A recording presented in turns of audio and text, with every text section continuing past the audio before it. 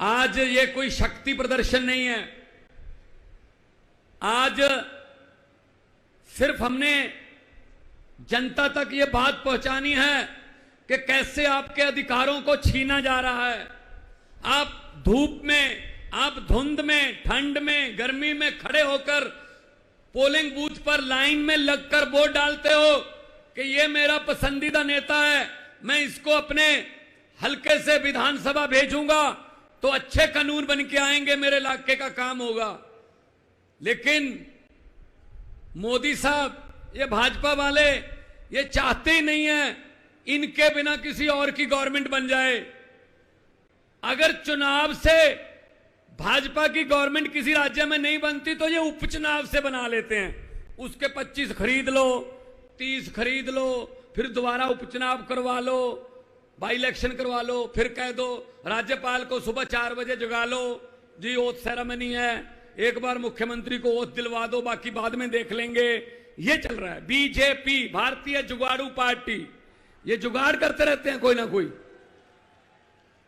तो उसी तरह से दिल्ली में सरकार है, आप लोगों ने वोट डाले, मुख्यमंत्री अरविंद केजरीवाल जी हैं, तो अगर वो काम ही नहीं कर पाएंगे, अगर वो अफसरों को ऑर्डर नहीं दे पाएंगे, अगर वो किसी भ्रष्ट अफसर की बदली नहीं कर पाएंगे, उनको सस्पेंड नहीं कर पाएंगे, तो सिस्टम कैसे चलेगा?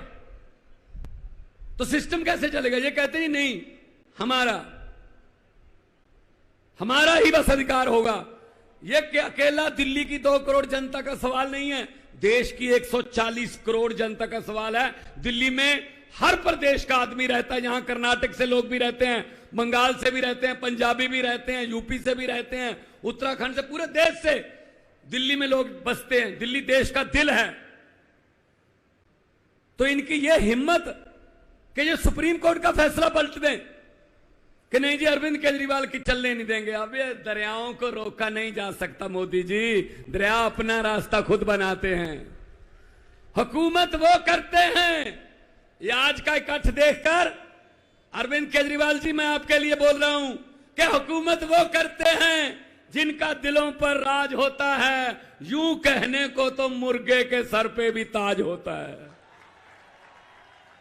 आप दिलों पर राज कर रहे हैं, इसीलिए इस 42 डिग्री टेम्परेचर में लोग आए हैं। अभी 15-20 हजार लोग आ रहे हैं रास्ते में, बसें बहुत दूर दूर तक खड़ी हैं।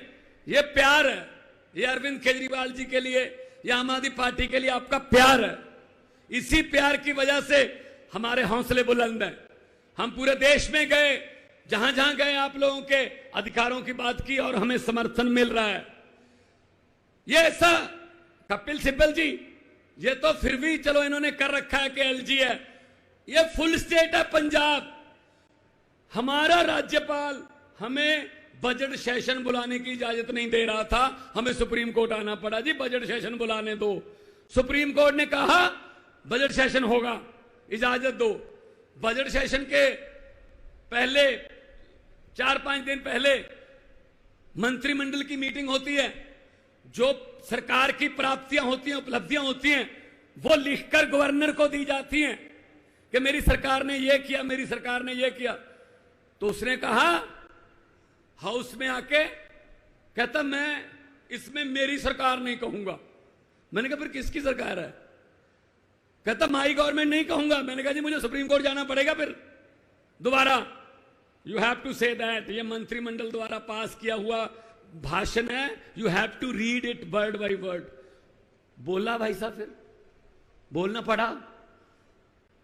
तो ये हर स्टेट के कोई ना कोई डिक्का, कोई ना कोई अड़चन करते रहते हैं, ये नहीं चलेगा।